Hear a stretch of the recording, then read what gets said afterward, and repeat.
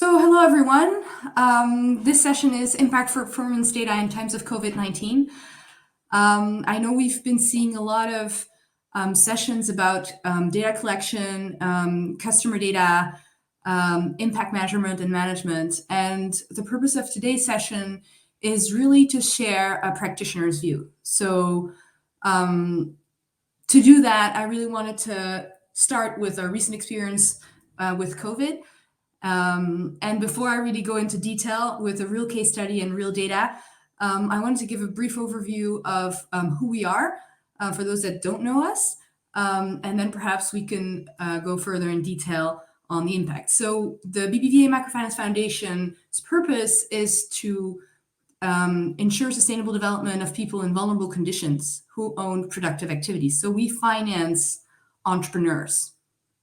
And our theory of change is really to ensure that by providing a very wide range of financial products and services, we allow for vulnerable people to withstand financial stress, to withstand shocks, really, contingencies, and actively manage their resources so that they can accumulate assets over time.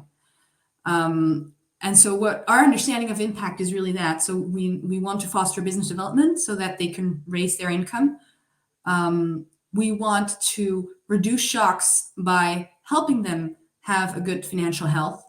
And overall, we want to improve well-being in a broader term by increasing their standards of living. And so these are all interconnected, but that is the understanding of impact from BBVA Microfinance Foundation's perspective.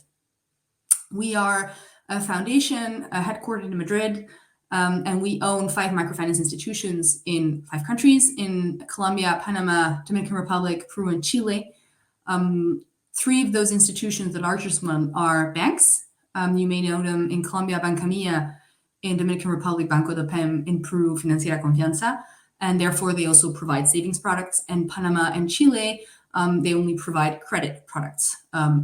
And other types of services as well, but of course, mainly credit products. We serve 2.7 million clients and roughly 1 million credit clients, and we have a very large network of about over 500 branches, 7,000 employees, and roughly billion euros in our gross loan portfolio.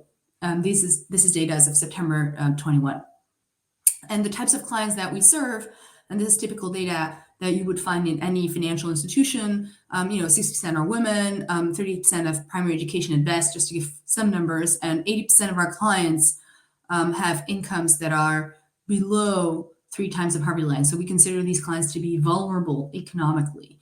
And this is relatively standard over time because this is a target we'd set ourselves. We've been recognized by the OECD as number 2 in our contribution to development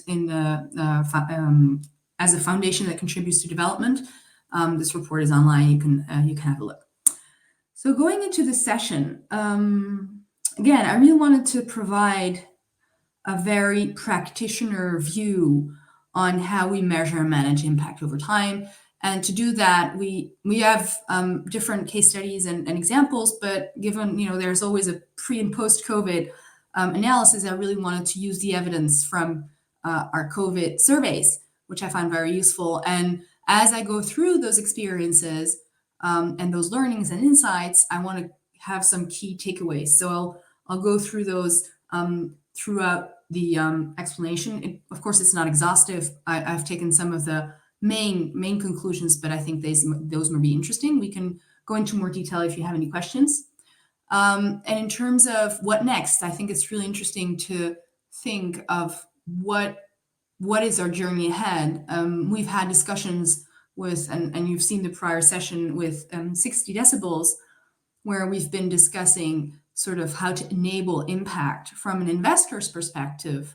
And this is really a practitioner's perspective, which is slightly different.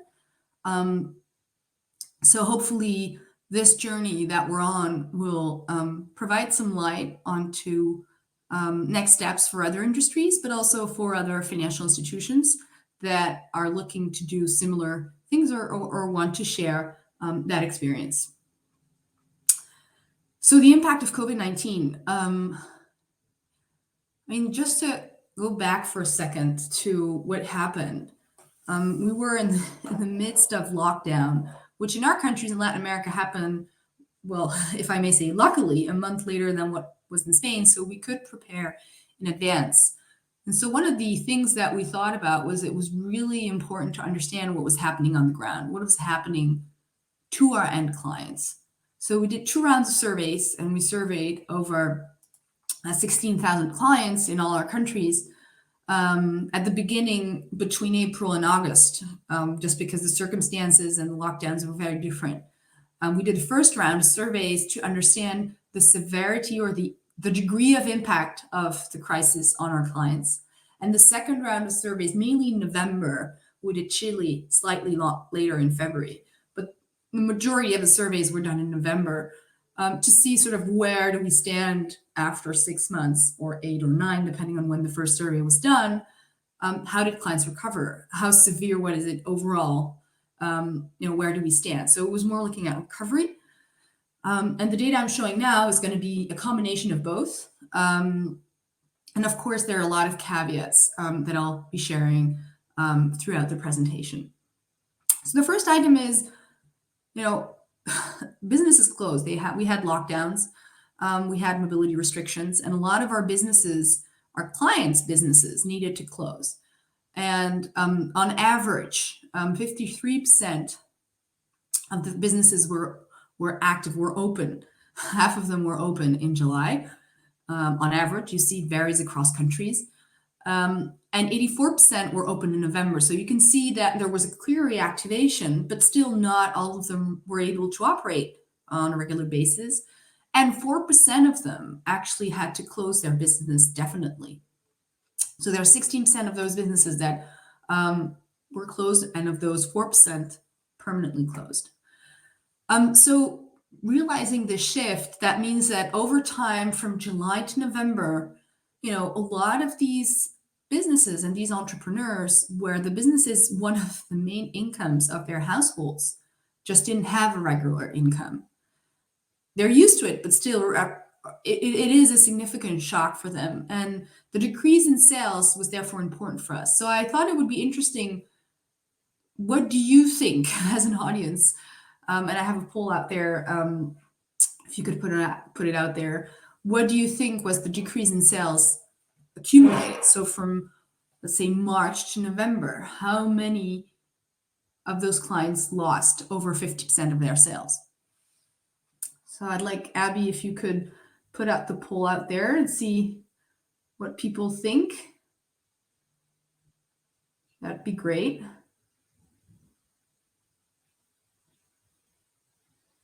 I think you're activating the poll.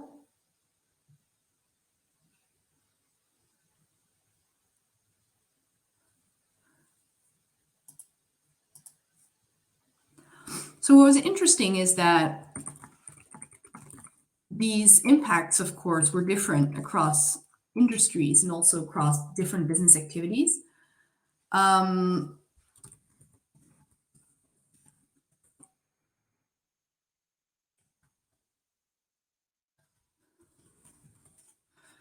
I think that was something that also, I'm not going to drill down too much in it, but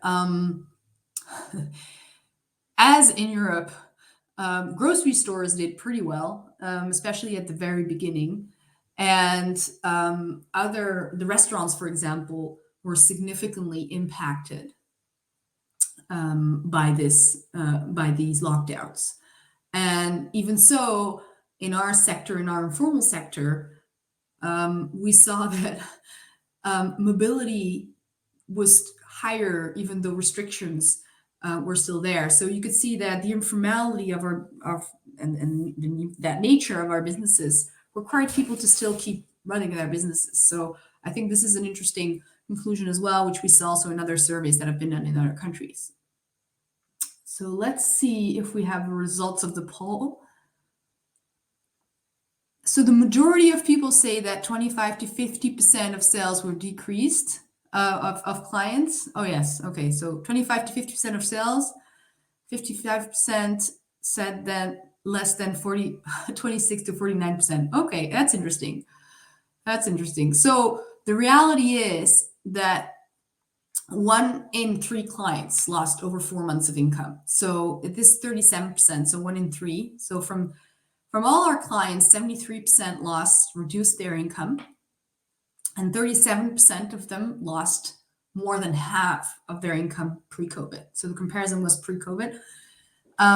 And that was a significant shock. So roughly, when we segmented our portfolio and our client base according to different types of business activities, we realized that roughly a third had a severe impact, a third a moderate, and a third, less than a third, slightly less than a third, had, I won't say benefited, but were not that affected by the crisis. So definitely a severe shock for our clients because this is accumulated over time, which denotes, again, the financial fragility for these households, definitely.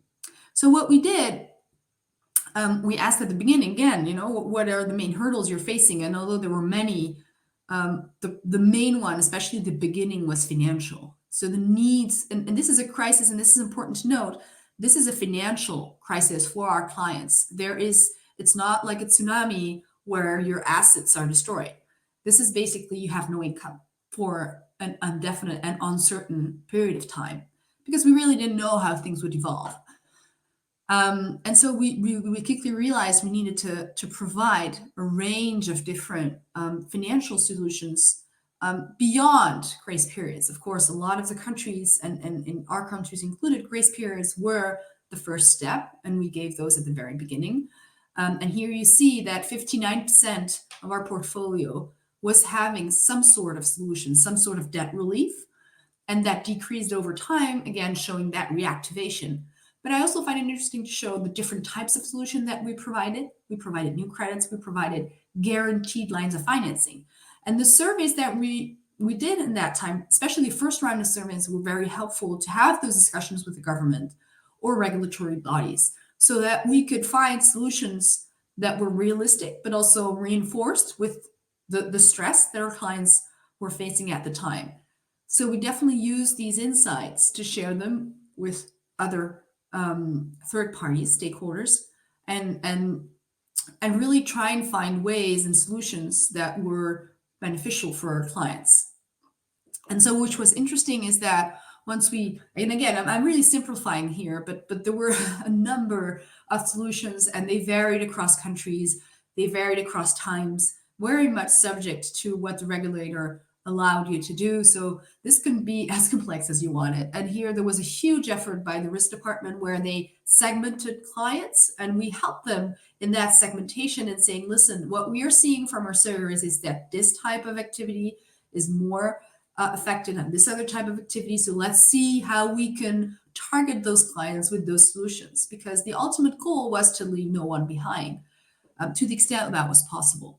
So in the second survey, we wanted to understand how effective that solution was. And in November, we asked them, what did you think of this refinancing or restructuring loan? How did it help you continue your business? Did it help you cover household expenses, or didn't it help at all? And you can see that the answers vary greatly across countries. It was very effective in Colombia, Panama, and Chile, less so in Peru and Dominican Republic, Banco de Payment Financiera Confianza.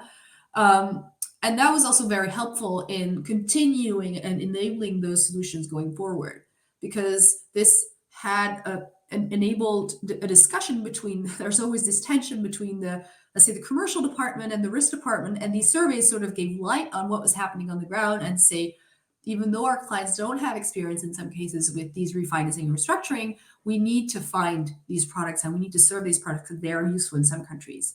And we want to encourage these. So we really complemented these insights with what was happening with the policies we were developing. And also, I didn't go in depth in here, but especially in November, a lot of clients that did want or were able to reactivate their business needed those funds because they needed to buy inventory, because they needed to buy new products, really, or even to shift their businesses. And so the new loans and the new way of assessing that client was really important for us. And these surveys helped the risk departments have those discussions and think of how to amend or adapt those policies to be able to serve those needs. So these were really important insights. And there was this massive sharing of insights across the organization, even within the own credit officers, because they were sort of isolated in their homes, unable to speak with the organization on a regular basis in the way they've been doing in the past. And this was sort of an open discussion where we said, listen, this is at the core of what was happening. This is why we're here. It's to serve our clients, and this is what's happening to our clients. And it's not an insight, it's not a chat you've had. These are average representative numbers of your portfolio. So that was also an interesting experience, sort of matching the conversation between what was happening with the credit officer, how they felt what was happening on the ground with the credit officers, and what at headquarters we were trying to manage with the level of liquidity risk that we were now facing that was significantly different than what we've been managing in the past.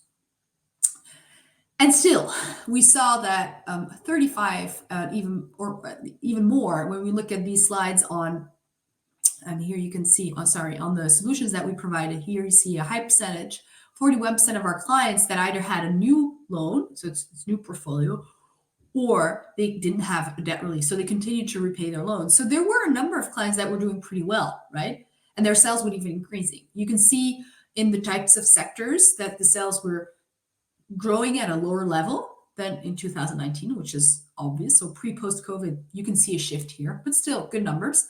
And of course, the farming sector, which was in Latin America in particular, strongly benefited in let's take these words with prudence, but benefited from the crisis and had even higher sales and higher surpluses than in the past. And we still needed to serve those clients. And it seemed as though there was a point where it seemed as though the MIS data differed from what we are seeing from all the rest of our clients. But of course, you're serving, you're helping serve those that are still out there, those that are running their businesses and are doing well. So the grocery stores and the farming businesses in our countries, they definitely need our support. They were growing, they were serving, they were on the ground helping their people. And so this was also very interesting. And when we contrasted this data with what we saw in the surveys, it was also a very rich discussion. So takeaways here is the first one for us, which was a surprise, is that there was a time lag between our surveys and what was happening on the ground. In some countries more than others, in some we were very spot on, but because what we tried to do was to standardize the survey and execute at the same time where we could, just because of resource allocation and effectiveness, sometimes we were late. So for example, in Chile, where we did the survey, the second round of surveys in February, we were late. And that was a pity because we were not able to adapt and to provide those insights to the product offering or even the client service that we were providing at the time. And sometimes that happens. Customer data and impact data lags with intervention, and especially when it has to be so timely, like in a situation of crisis. The second one is it's very hard to link impact to your value offering. So let's say and think about financial stress, right? We are in a situation where our clients had less income. In our case, if you lose your job, you still have certain security, and you basically go find another job, right? In their case, it's not that easy to set up another business. Still, a lot of them were able to do so. But how are you able to manage that liquidity? How are you able to understand how they're facing that debt equity ratio that you would typically look at within a company? When here you really do not have accounting, don't have that much information, how can you best help not leave no one behind, right? And link that to the appropriate incentives in a credit facility that helps your clients resist beyond grace periods. I'm thinking beyond grace periods, right? Let's be innovative. And that was also something we learned from is it's very difficult to find that linkage. And I'll make a very small caveat here is that for us, impact data is not customer satisfaction, right? So when we asked how did that help you, how did that financial structure help you overcome this stress, we're really looking at impact. We're really looking at resilience. We're really looking at how can we help mitigate this shock.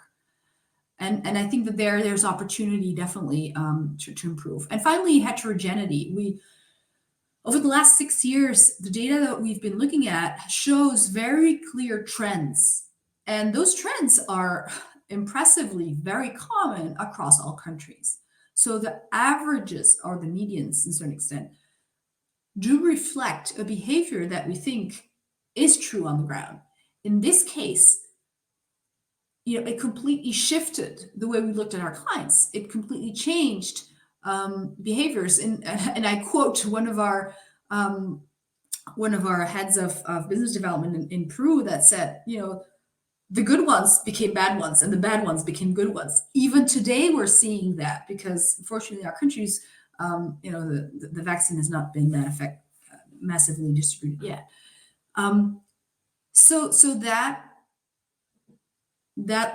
lack of homogeneous information made it very difficult to sort of give rough trends and saying we need to go in this direction or we need to go in that direction, because it was so different. It was so different, and there were so many nuances in the understanding of that data.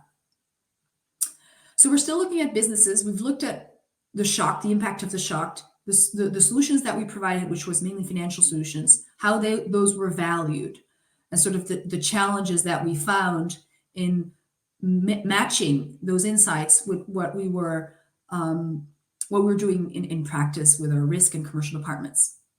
And now we're going to look at household strategies. So so we looked at the business. So I, as an entrepreneur, how do I take decisions with my debt? How do I overcome less revenues? But this has an impact on my household. This is important for the rest of my family. On average, I'm serving at least 3 people in my home, at least 3 people, right? So what is the impact of that? And so what I found interesting was that they all use savings. We saw that in other countries. And how important do you think those savings capacity was? I'll ask Abby here to take that second poll on the savings capacity. Because we had done surveys on financial health and looking at how our clients planned and how they saved. But of course, this was pre-COVID in end of 2018, beginning of 2019, where things were pretty stable. It was not in a situation of crisis where perhaps the way you take decisions is slightly different. So what we were trying to understand was what are you using, right? So how are you using that? How many of your entrepreneurs really have that savings capacity? Was really interesting. So I know that the poll is going on right now. A few seconds ago, it's been launched. So it'll be interesting to see what people respond. So we've got 3 answers, right? So yes, the numbers are coming out. So I see that the majority of people think that between 0 and 50, so less than 50% of our clients have a savings capacity, and 33% think it's between 51 and 89. Well, the correct answer is over 90. So no one correctly answered it, and that was really impressive. Even for us, that was an aha moment. I never expected it to be 90%. 90% of our clients use their savings, have savings capacity to overcome this financial stress.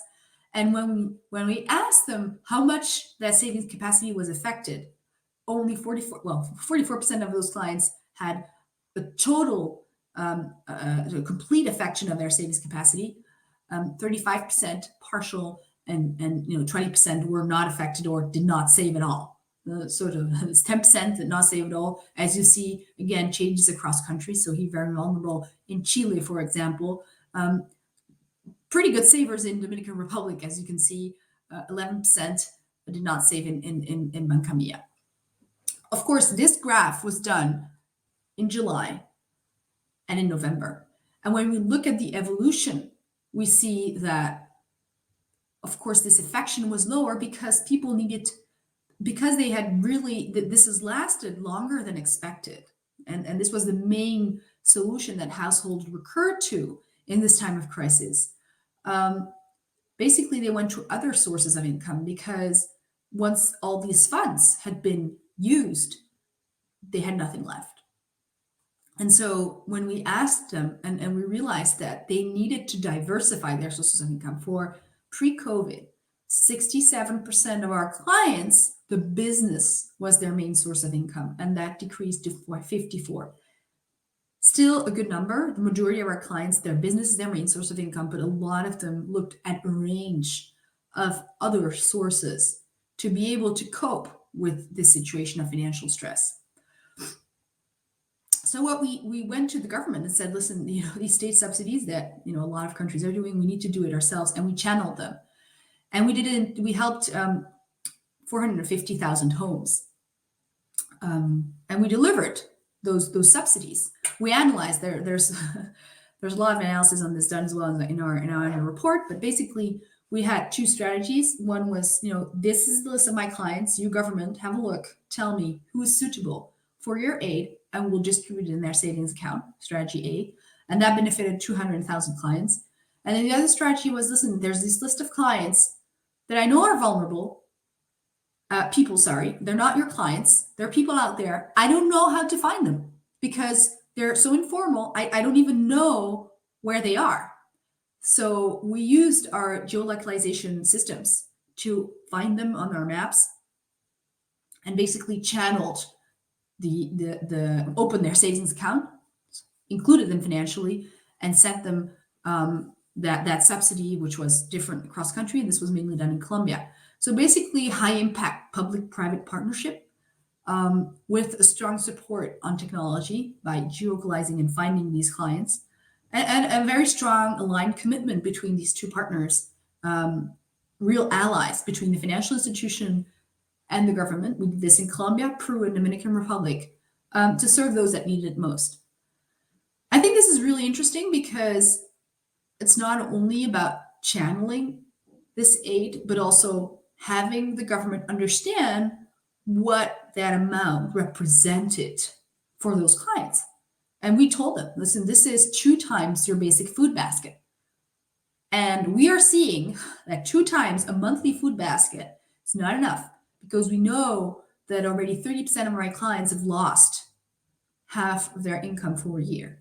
So that recognition, although of course, it's hard to change things at a government level, that was an interesting conversation. And we definitely shared these insights with a lot of governments, sort of to show them the impact of this. That's one of the first learnings. And the second thing is we are making, sort of visibilizing some of the clients that even our governments don't really know. It's not that they have them listed, but the behavior, the needs, the understanding of those clients are best known with our financial institutions. So this long-term commitment in trying to understand the progress and trying to understand their needs and what's happening on the ground was really interesting and crucial also in this help. And this goes beyond the business and financial solutions. It's looking at the needs of that household. We looked at this back in November and realized that 37% of our clients benefited somehow of and received aid. And we wanted to see if that helped mitigate the shock. And we're not very successful at doing that. And we realized that when clients, going to my prior comment where we said, listen, they needed alternative sources of income. State aids, for example, just represented 18% of those new sources that people were looking for. Still, in some countries like Chile, our institution actively helped them, even fill in all the forms because they didn't know how to do it. And so it's even just from an administrative perspective, we needed to help out. But what was really, for us, interesting in this insight was that the majority of them either looked for income. So again, when your savings have been depleted, they looked for income from support networks or from new activities. And that was very important. So a lot of people that live in precarious circumstances, the way out is to set up a new business. And we saw that. And in the extreme cases where the sales had fallen so long, they had to close down and had to look for a new job. And that was a case just for young people, for example, in Peru, in the Dominican Republic, or they had to lay off people like we saw in the bigger businesses in Colombia. But this is significant, especially with the retailers, because they're used to shocks. And so what they realize is, this is not working. I can't sell ice cream because it's winter. Let's, sell socks, warm socks and hats, right? So we did see an urge, and this adaptation was significant. And the change of business or diversification of business was one of the important measures that we saw throughout the crisis. So learnings here was, first of all, the complexity. I think households make very informed decisions, and we saw that in our survey on financial health in 2018-19. But we just see a very small part of it. And I think we need to acknowledge that, because we are advancing a lot in financial health, and there are a lot of sessions on it in this week, during this week. But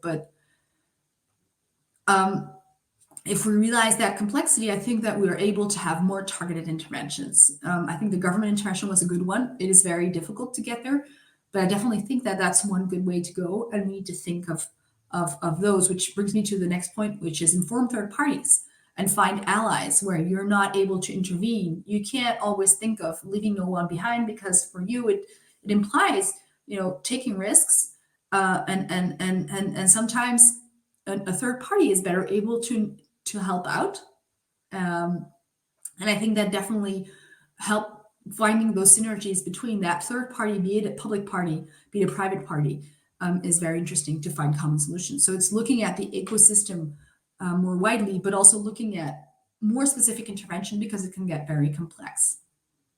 And not just for one intervention. I'm thinking about the longer term. I think the complexity lies in the fact that it's for the longer term. And because there is so much income volatility with these types of entrepreneurs, we really need to narrow it down, or perhaps try and narrow it down, see if that works, to be more impactful over time.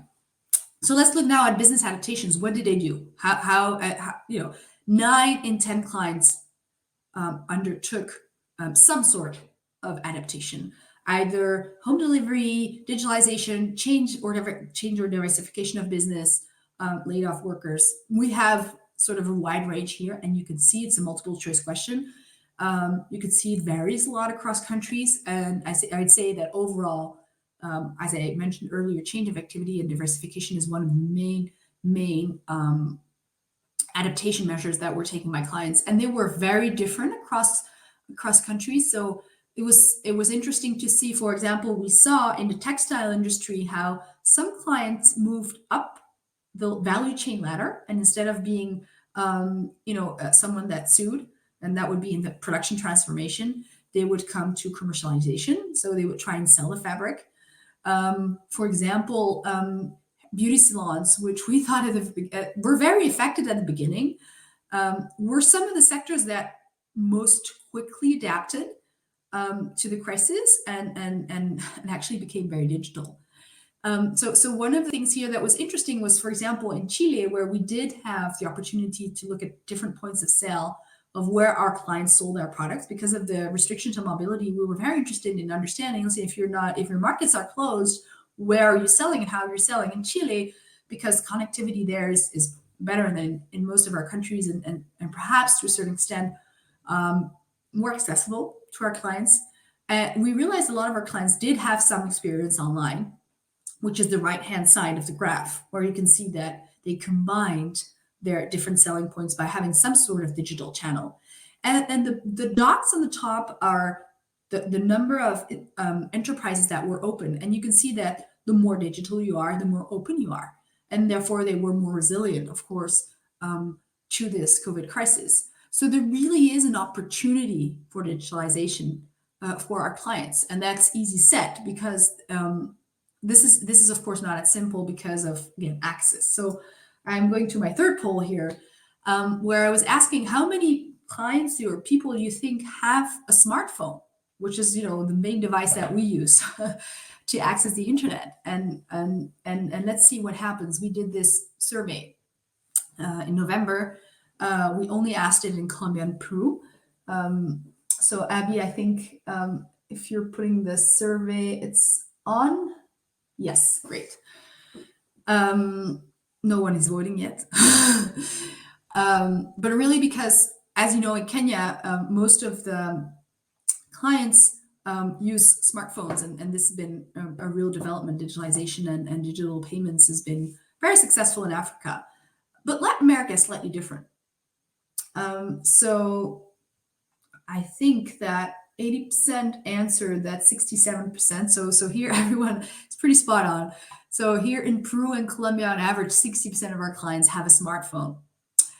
So they do have access, at least to the device itself. And that's another thing is the connection.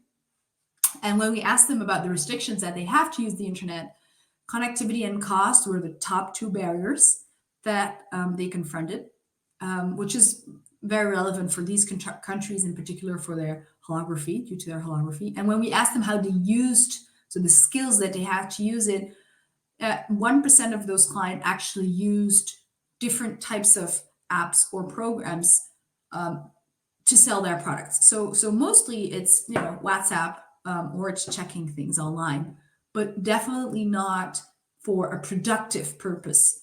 And therefore for their business. So when we think about the delivery, which was very good in a very good adaptation in Colombia, where a lot of these restaurants, which is a pretty good chunk of our businesses served in Colombia, all of them very rapidly recovered because they were doing home delivery. But that home delivery was not necessarily done through apps or not necessarily done through the internet. Of course, WhatsApp, yes, but not by using these Deliveroo, Uber Eats type of applications. So I think there's an enormous opportunity ahead of us, and we are working on this. And we've definitely thought of different ways to increase on all these levels. I think the starting point is access, and cost, and I think that we'll be able to show some developments hopefully soon on this front. And food for thought on some other things that we've been thinking about that we can't determine radically from our surveys, but that we can provide some insights on. So definitely we see news channels, sales channels coming up. So for example, in DR, in Dominican Republic, a lot of our businesses that were selling on rented premises started selling from home. And that's the way they coped. And the business was doing fine. They saved because they didn't have to pay rent, and they're growing. And actually, the numbers of our MIS system, when we look at those businesses, are doing very, very good. So they are being creative and innovative in adapting those sales channels. New skills and innovation in the sense that if I'm not good at, I can be a very good dresser, for example, or do the makeup, for example. We saw that also in in a lot of our countries. And what they said is, listen, if I can't see my clients physically, because we physically can't, I'm just going to sell the packs and do tutorials online. So a lot of our beauty salons digitalized as well, and provided services higher up the ladder, in the sense that they were distributing the shampoos or the nail polishers through their clients as well. So the typical example is the masks, the textile clients that now, sue the masks, but there are a lot of other examples where clients have shown that they have developed new skills and that they've been able to adapt. And of course, the expansion of the farming sector, in particular in Latin America, was very strong. Those businesses diversified and they grew. And I think that here goes to point to climate change, especially this week, right? But those shocks they're going to come back. They're going to increase. So we need to think in helping those clients be more sustainable over time. So there's access to internet. So new habits that we need to think of helping and addressing those things are access to the internet to increase digitalization, improvement in homes, because some of our clients use that as a new channel, education, either to develop these new skills, reinforce them, or to improve digitalization, and finally, to increase sustainability in the agriculture sector. So the learnings for us here, where we need to look beyond financial services, right? We need to look at the household as a whole, and to think of solution regardless. So I make the 2 points, right? We need to pin down impact with our product offering. We need to look at a product offering that goes beyond financial services, because we need to serve a wider range of needs. That's one of the first things. And the second is share internally, because these small things that we're telling here did make a difference in our culture internally. We shared this across the organization from Canada officer level to CEO, and externally as well.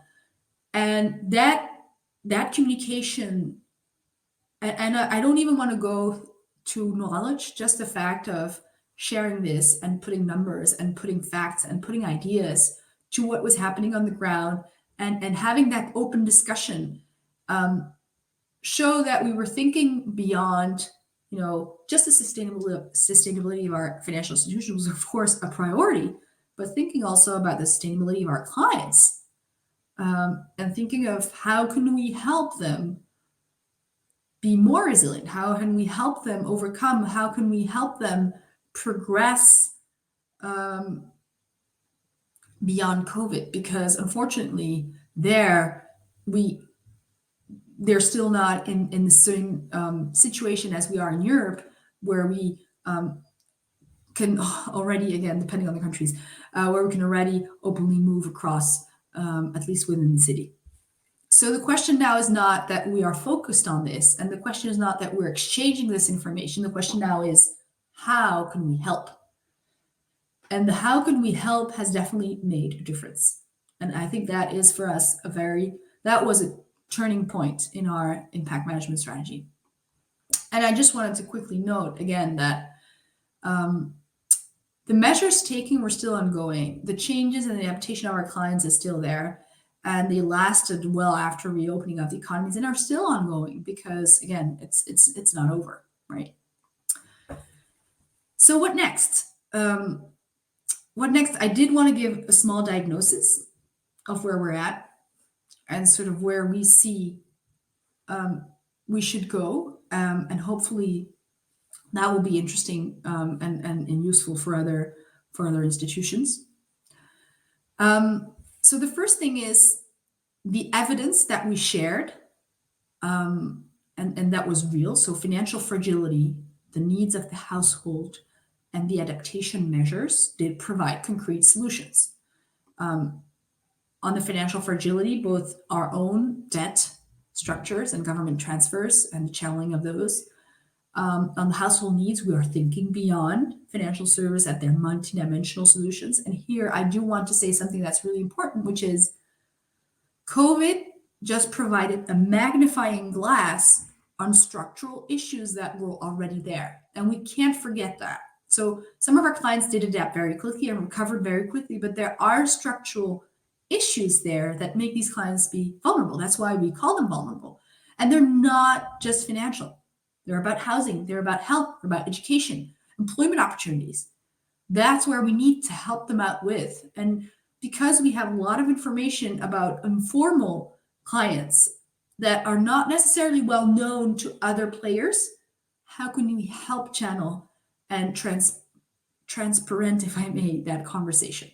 So we're definitely looking in that direction. And finally, digital solutions. I mean, it's a must-have. We're all talking about it. Not new. So overall, I very much agree with what has been said across this week among all of us, that data collection is important. To understand and hear our clients on the ground is important. It enables a conversation, and there has been a shift in impact measurement in that sense. But I think that, and it has allowed us, in our experience, to adapt policies and to prioritize and to implement even simple measures. For me, the real question now is, have we really designed a product and service? Can we really show that this has created value? I think we're not necessarily there yet, but I do think that we're on the right path, and that these iteration, this experience, and the fact that we did have solutions and that there was this exchange of information is a very, very good start. And so this is our journey, right? We started perhaps 8 years ago. Our aspiration was to demonstrate impact, and we're there, right? Consumption smoothing, creating opportunities, growth, income. We have shifted that conversation. I don't want to be too ambitious here, so we're not attributing that impact to us, but we do think that there is a positive relationship with financial services and growth, and therefore progress for our clients. Sorry, I didn't translate this. Second, we've created an impact culture, and I think that COVID has helped us accelerate that. So we've now standardized impact metrics. I talked about the surveys now, but we've doing analysis on MIS data for a very long time now. We've done surveys for a long time. We've done focus groups. We've used a range of methodologies which we need to better understand what's happening on the ground, and also for different purposes, because each methodology serves a different purpose. So I think that culture is there. I think that if I would describe where we're at, I think we're at the end of this era. And we're going to go to a new era where we want to test and replicate impact practices. So the question really is, what can you do to maximize impact? And careful, I'm saying maximize impact, which means maximize positive and minimize negative impact. So how can we develop new approaches to our customers with an impact lens through our product offering? And how can we test and then use the data, serve that information back to the intervention and continue and replicate? Once it's tested and piloted, how can we replicate that? And it's a basic, it's what any corporate institution would call, innovation and we use different names, right? We use agile systems, we use design thinking for it, and we use different sorts of tools to do this. And that's really the shift. The shift is that we're looking at development through innovation. And that's where we're going to go now. And I think that's sort of the shift where, at least here, we're trying to go and trying to anchor those theories to real interventions so that we can see how we can shift the needle if we can.